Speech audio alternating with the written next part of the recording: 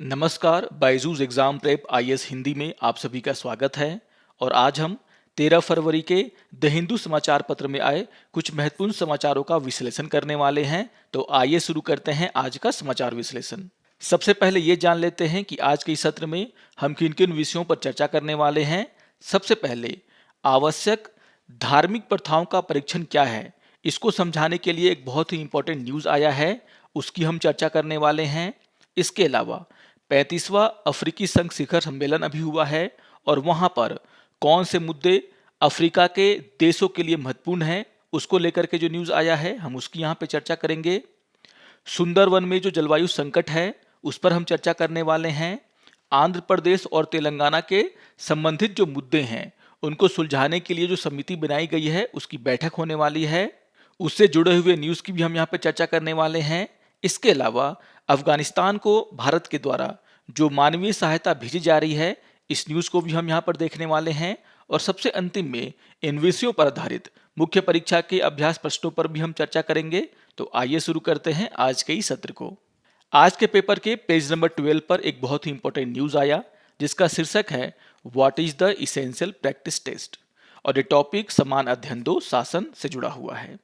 जैसा कि आप सभी जानते हैं कि कर्नाटक में हिजाब को लेकर के विवाद चल रहा है।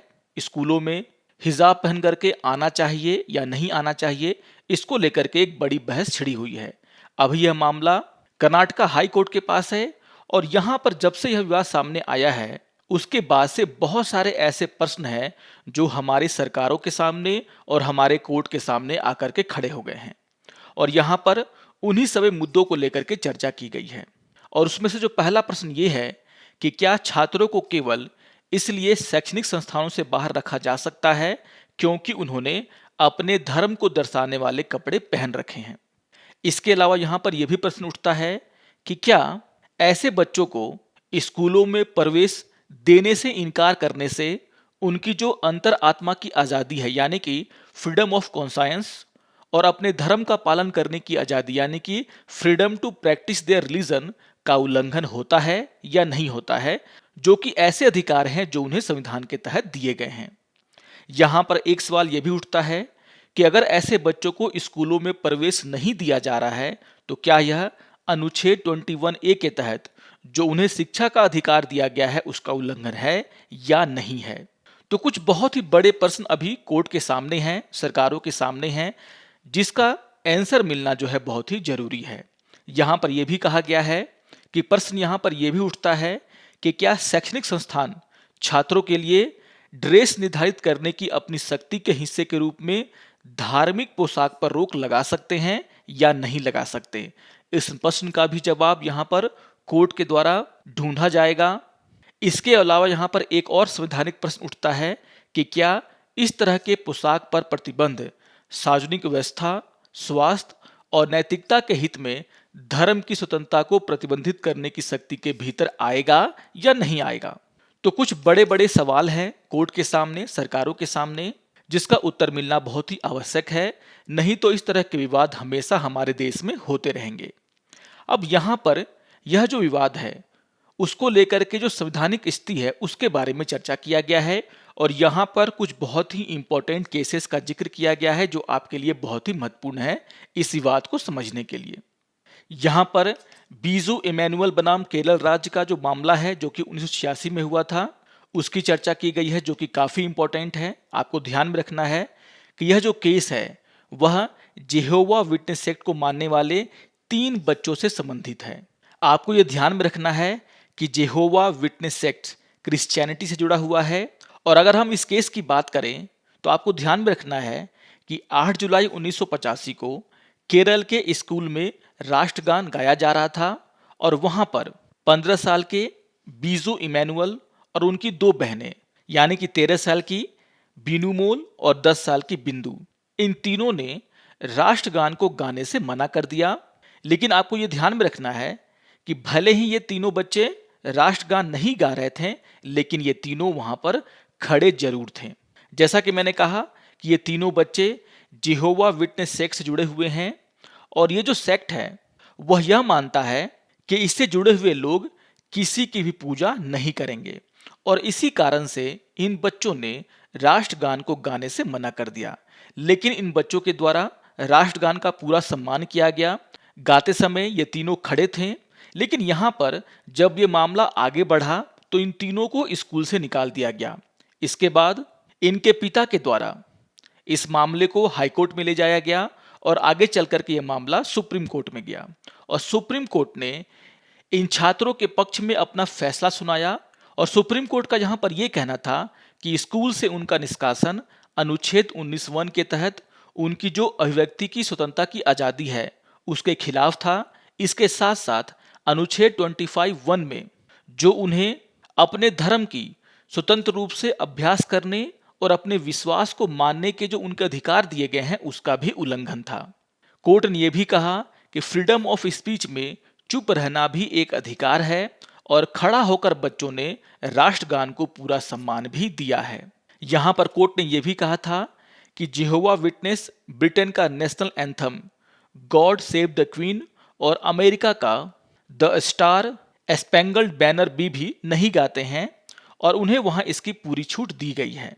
यानी कि यहाँ पर सुप्रीम कोर्ट ने इन बच्चों के पक्ष में फैसला दिया था। तो यहाँ पर इस केस को आपको ध्यान में रखना है। जहां तक हिजाब पहनने का सवाल है तो छात्रों के द्वारा केरल उच्च न्यायालय के एक फैसले का बार बार जिक्र किया जा रहा है, जिसमें 2016 में 2 मुस्लिम छात्रों को हिजाब पहनकर Akhil Bharatiya pre medical test देने की अनुमति दी गई थी, यह मानते हुए कि यह इस्लाम का एक अनिवार्य हिस्सा है। और यहाँ पर इसी को आधार बना करके छात्राओं के द्वारा हिजाब पहनकर स्कूल में जाने की अनुमति मांगी जा रही है। यहाँ पर एक और केस का जिक्र करना बहुत ही इंपॉर्टेंट हो जाता है और यह केस है फातिमा हुसैन सैयद बनाम भारत एजुकेशन सोसाइटी। और यह केस बॉम्बे हाई कोर्ट के द्वारा 2003 में सुना गया था। और इस केस में एक नाबालिग छात्रा ने स्कूल के निर्धारित ड्रेस कोड को चुनौती दी थी, जिसमें हेड स्कार्फ पहनने की अनुमति नहीं थी। चूंकि नाबालिग लड़की लड़कियों के स्कूल में पढ़ती थी, इसीलिए बॉम्बे हाई कोर्ट ने उसके खिलाफ फैसला सुनाया। इस तर्क के बावजूद कि हेड स्कार्फ पहनना एक आवश्यक धार्मिक प्रथा है जिसे संविधान के तहत संरक्षित किया जाना चाहिए। लेकिन यहाँ पर इस केस में बॉम्बे हाई कोर्ट ने उस छात्रा के पक्ष में फैसला नहीं सुनाया, बल्कि स्कूल के पक्ष में फैसला सुनाया। यहाँ पर एक और मामला है जिसका जिक्र करना यहाँ पर बहुत ही जरूरी है और यह मामला है केरल उच्च न्यायालय का और यह केस 2018 का है। और इस केस को हम फातिमा तस्नीम बनाम केरल राज के नाम से जानते हैं। और इस केस में 12 और 8 साल की 2 नाबालिग लड़कियों के पिता मोहम्मद सुनीर के द्वारा एक रिट याचिका दायर की गई थी। और इस केस में याचिकाकर्ता ने स्कूल को पूरी बाजू की शर्ट और एक हेड स्कार्फ पहनने की अनुमति देने से इनकार करने के फैसले को चुनौती दी थी। और यहाँ पर स्कूल के द्वारा इन दोनों नाबालिग लड़कियों को पूरी बाजू की शर्ट और एक हेड स्कार्फ पहनने की अनुमति नहीं दी गई थी और स्कूल का यह कहना था कि यह निर्धारित ड्रेस कोड के खिलाफ है। यहाँ पर केरल उच्च न्यायालय की एकल न्यायाधीश पीठ ने स्कूल के पक्ष में फैसला सुनाया, जो एक ईसाई मिशनरी स्कूल था। और यहाँ पर अदालत का यह कहना था इस केस में कि छात्रों के व्यक्तिगत अधिकारों पर स्कूल के सामूहिक अधिकारों को प्राथमिकता दी जानी चाहिए। तो यहाँ पर आप देख सकते हैं कि दोनों तरह के फैसले दिए गए हैं, सुप्रीम कोर्ट के द्वारा भी और हाई कोर्ट के द्वारा भी। इसीलिए यह मामला बहुत ही पेचीदा हो जाता है कि आखिर एक धर्म का जो इसेंशियल चीज है वो क्या है। यह कौन तय करेगा कि कौन सी बातें किसी धर्म के लिए बहुत ही जरूरी हैं, उसका हिस्सा है, और कौन सी बातें उसका हिस्सा नहीं है।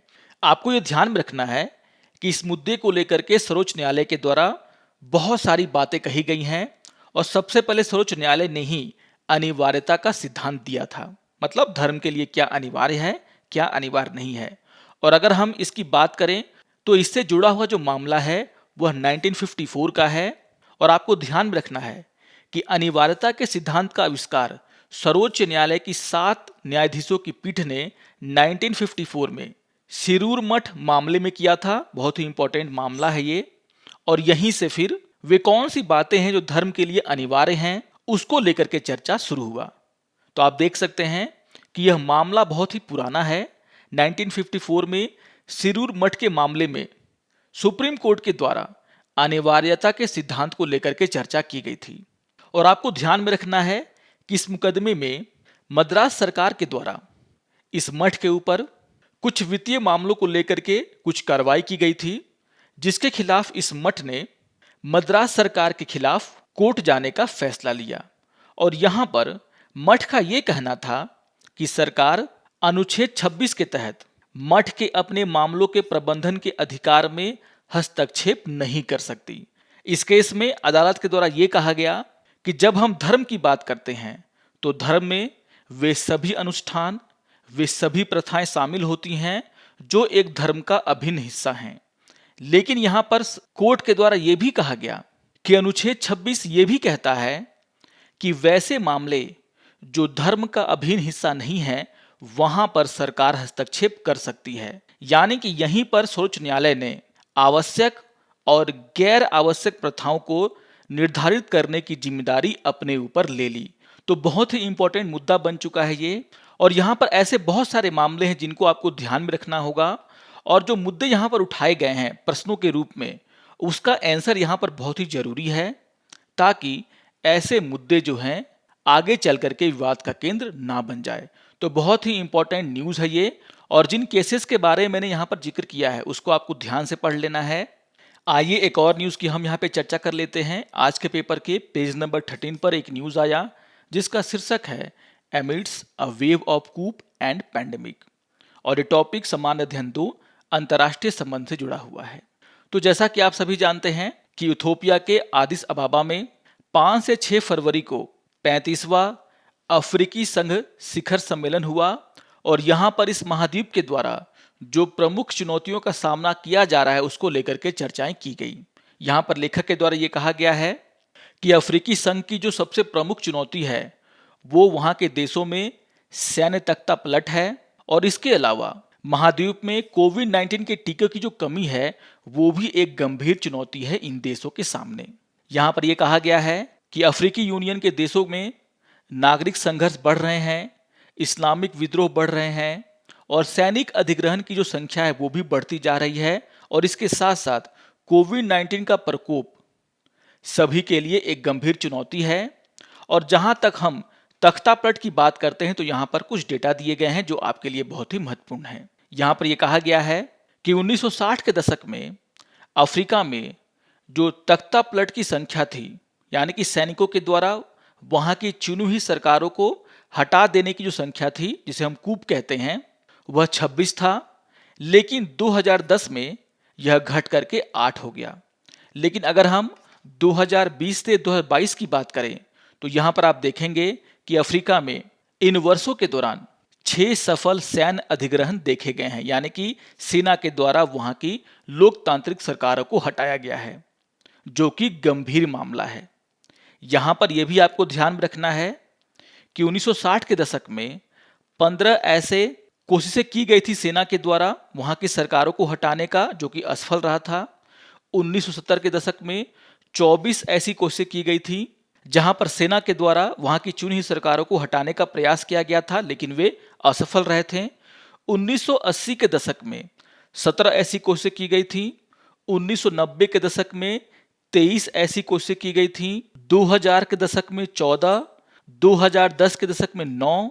लेकिन अगर आप देखें तो 2020 से 2022 के वर्षों में, यानी कि 2 वर्षों में ही अभी तक 3 ऐसे प्रयास किए गए हैं जहां पर सेना के द्वारा वहां की सरकारों को हटाने का असफल प्रयास किया गया है। यानी कि एक बार आप देख सकते हैं फिर से कि अफ्रीका में सैनिक शासन का ट्रेंड बढ़ रहा है। वहां पर जो सेना के द्वारा सरकारों को हटाने का जो प्रयास किया जाता है उसकी संख्या में भी बहुत ज्यादा तेजी आई है, जो कि अफ्रीकी यूनियन के देशों के लिए बहुत बड़ी और गंभीर चुनौती है।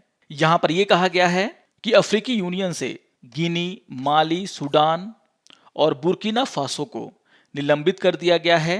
यानी कि ये ऐसे देश हैं जहां पर सेना के द्वारा वहां की चुनी हुई सरकारों को हटा दिया गया है, और इसी को देखते हुए अफ्रीकी यूनियन के द्वारा इन देशों को इससे निलंबित कर दिया गया है। यहां पर सबसे हाल में बुर्किना फासो को हटाया गया है, जहां पर जनवरी 2022 के अंत में सैन्य अधिग्रहण किया गया है सेना के द्वारा। यहां पर यह बताया गया है कि सेना के द्वारा वहां के जो राष्ट्रपति हैं काबोरे उनके इस्तीफे की मांग को लेकर के सरकार विरोधी प्रदर्शनों का समर्थन किया गया और सेना के द्वारा एक नया जुंटा बनाया गया जिसका नाम है patriotic movement for safeguard and restoration यानी कि MPSR। और इसके द्वारा वहां के राष्ट्रपति को हटाया गया और फिर वहां पर अपनी सरकार बनाई गई। इसी तरीके से माली में भी वहां के सशस्त्र बलों के द्वारा अगस्त 2020 में वहां के राष्ट्रपति को सत्ता से हटा दिया गया और सेना वहां पर सत्ता में काबिज हो गई।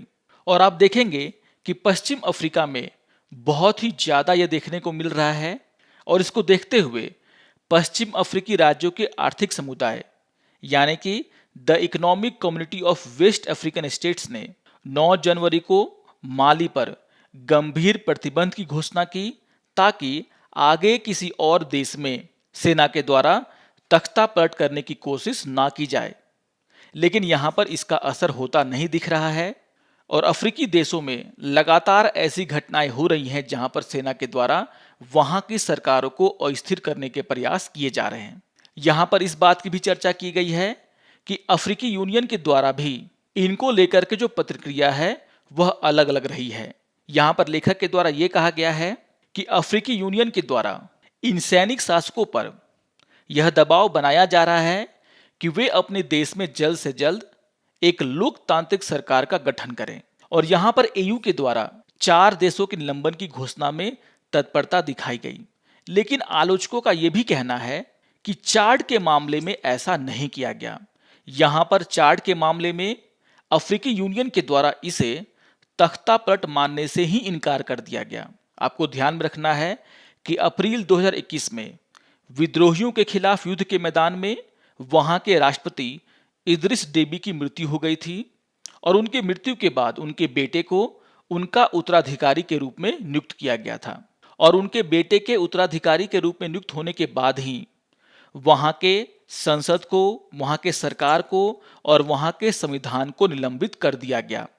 फिर भी AU के द्वारा इसे तख्ता पलट नहीं माना गया और इसी को लेकर के यहां पर यह चिंता जाहिर की जा रही है कि AU के द्वारा जो कार्रवाई की जा रही है वो भी अलग अलग देशों के लिए अलग अलग है। 4 देशों के मामले में यानी कि गिनी, माली, सूडान और बुर्किना फासो के मामले में AU के द्वारा तुरंत कार्रवाई की गई, उसे तख्ता पलट मानते हुए इन चारों देशों को AU से अलग कर दिया गया।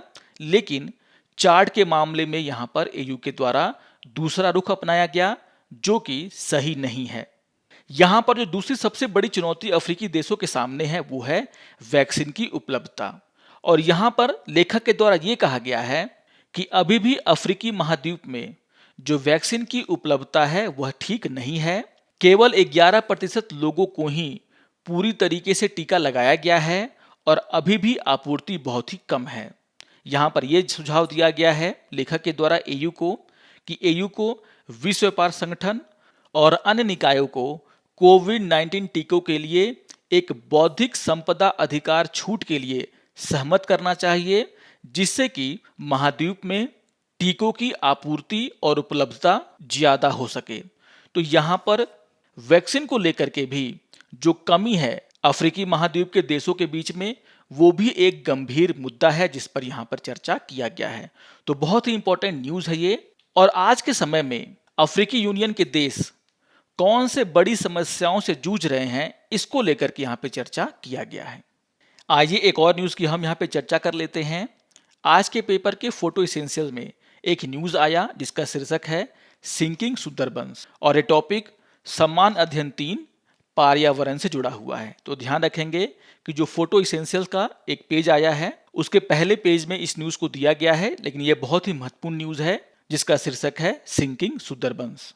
इस न्यूज में सुंदरवन पर जो जलवायु संकट है उसको लेकर के चर्चा की गई है और कहा गया है कि सुंदरवन जलवायु संकट की कगार पर है।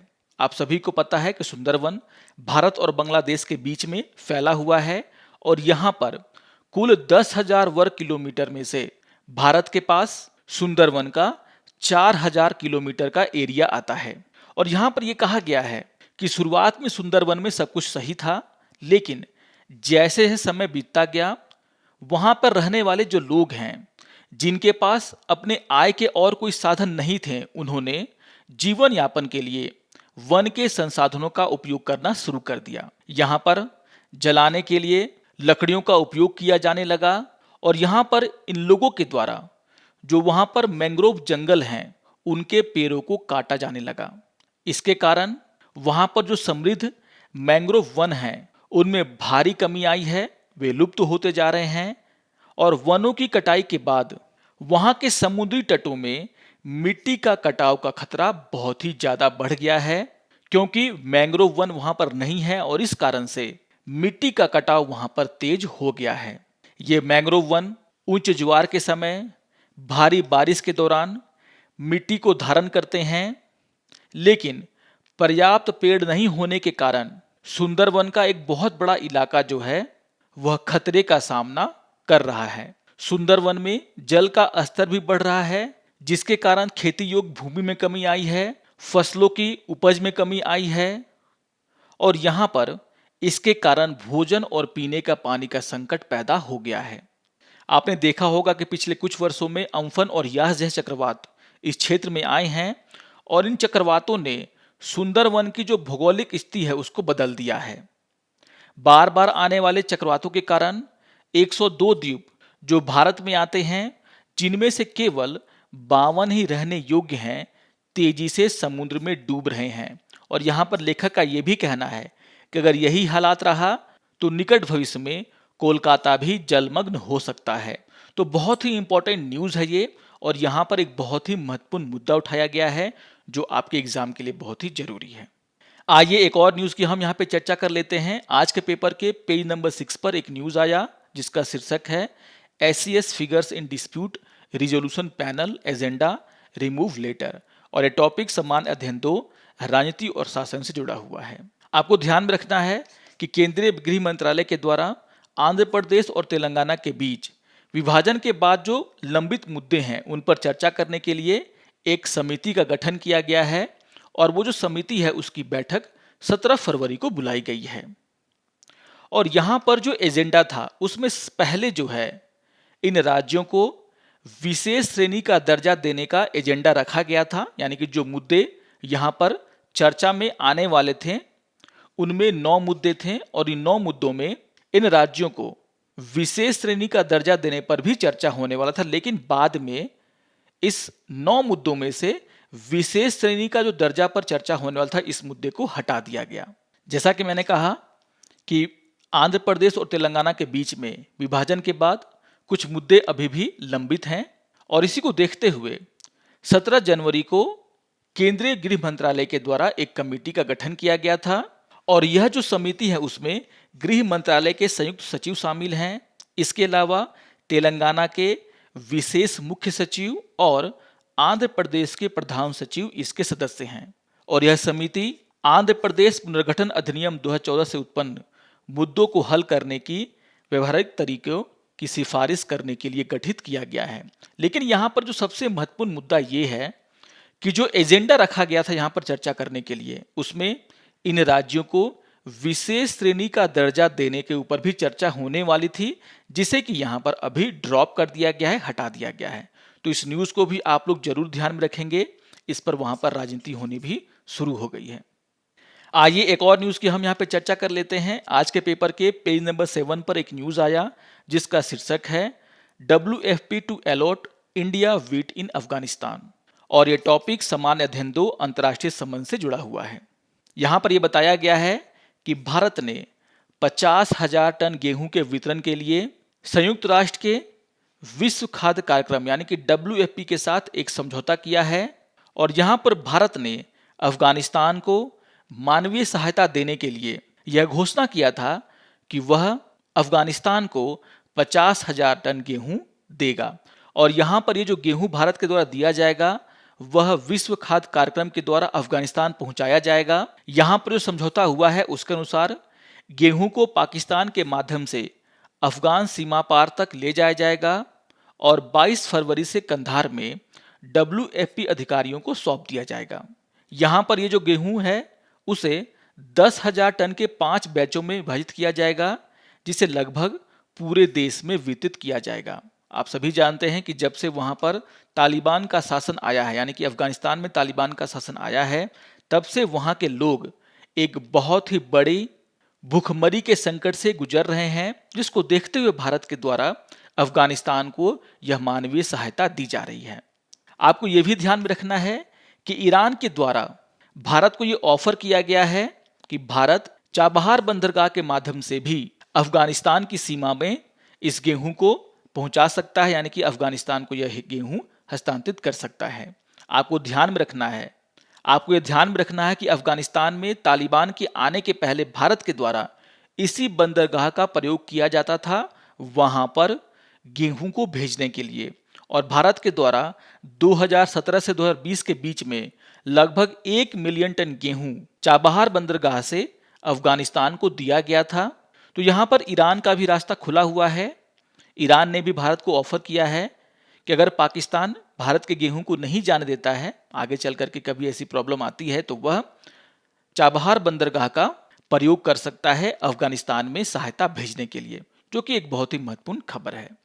अगर हम विश्व खाद्य कार्यक्रम की बात करें, जो कि बहुत ही इंपॉर्टेंट हो जाता है इस न्यूज के बाद, तो आपको ध्यान में रखना है कि WFP की जो स्थापना है वह 1961 में खाद्य एवं कृषि संगठन यानी कि फूड एंड एग्रीकल्चर ऑर्गेनाइजेशन तथा संयुक्त राष्ट्र महासभा यानी कि यूनाइटेड नेशन जनरल असेंबली के द्वारा की गई थी, और इसका मुख्यालय रोम, इटली में है। विश्व खाद्य कार्यक्रम के द्वारा ऐसे देशों की मदद की जाती है जहां पर भूखमरी की स्थिति है, चाहे वो युद्ध के कारण हो, चाहे गृह युद्ध के कारण हो, और यहां पर अपने कामों के कारण WFP को 2020 के नोबेल के शांति पुरस्कार से भी सम्मानित किया गया है। WFP के द्वारा जो रिपोर्ट जारी की जाती है वो भी आपको ध्यान में रखना है, और यहां पर इसके द्वारा खाद्य संकट पर वैश्विक रिपोर्ट जारी की जाती है। तो इन इंपॉर्टेंट पॉइंट्स को भी आप लोग जरूर ध्यान में रखेंगे। आइए अब इन विषयों पर आधारित मुख्य परीक्षा के अभ्यास प्रश्नों पर चर्चा कर लेते हैं। यहाँ पर क्वेश्चन नंबर 1 है, आवश्यक धार्मिक प्रथाओं का परीक्षण क्या है? क्या यह व्यक्तिगत अधिकार और धर्म के हित के बीच संघर्ष को हल करता है? इसकी सीमाएं क्या हैं? चर्चा करें। तो इस पर हमने खुल करके चर्चा की है। आप यहाँ पर सुप्रीम कोर्ट के द्वारा जो आवश्यक धार्मिक प्रथाओं के ऊपर बातें कही गई हैं उसकी चर्चा कर सकते हैं। 1954 में जो केस हुआ था आप उसकी चर्चा कर सकते हैं। इसके अलावा आगे चल करके जो अलग अलग केसेस हुए उनके माध्यम से आप ये समझा सकते हैं कि आखिर इसकी सीमाएं क्या हैं। अलग अलग केस में सुप्रीम कोर्ट के द्वारा और हाई कोर्ट के द्वारा अलग अलग फैसले दिए गए हैं, इसीलिए यह बहुत ही पेचीदा मुद्दा है जिसको लेकर के आपको यहाँ पे चर्चा करना है। आइए देख लेते हैं क्वेश्चन नंबर 2 को। क्वेश्चन नंबर 2 है, नागरिक संघर्ष, इस्लामी विद्रोह, सैन्य अधिग्रहण की बढ़ती संख्या और कोविड-19 का प्रकोप सभी अफ्रीकी संघ के लिए गंभीर चुनौतियां हैं, विश्लेषण करें। तो हमने इस पर भी चर्चा की है। आप यहाँ पर जो डेटा दिया गया है कि किस तरीके से वहां के देशों के बीच में जो सैन्य अधिग्रहण है वो बढ़ता जा रहा है, उस डेटा का आप यहाँ पर उपयोग करें। इसके अलावा आप यहाँ पर उस डेटा का भी उपयोग करें जहां पर यह बताया गया है कि वहां पर अभी भी जो कवरेज है वो मात्र 11% है, और समझाने का प्रयास करें कि सभी जो हैं वह अफ्रीकी संघ के देशों के लिए गंभीर चुनौतियां पेश करती हैं। आशा करता हूं कि आपको आज का ये समाचार विश्लेषण पसंद आया होगा। सारे टॉपिक्स बहुत ही महत्वपूर्ण मुद्दों से जुड़े हुए हैं, आप इन सभी को रिवाइज कर लेंगे। और अगर आपको ये वीडियो अच्छा लगे तो आप जरूर इसे लाइक करें, शेयर करें और दूसरों को भी सब्सक्राइब करने के लिए प्रेरित करें। तो मिलते हैं समाचार विश्लेषण के अगले अंक में, तब तक के लिए नमस्कार और धन्यवाद।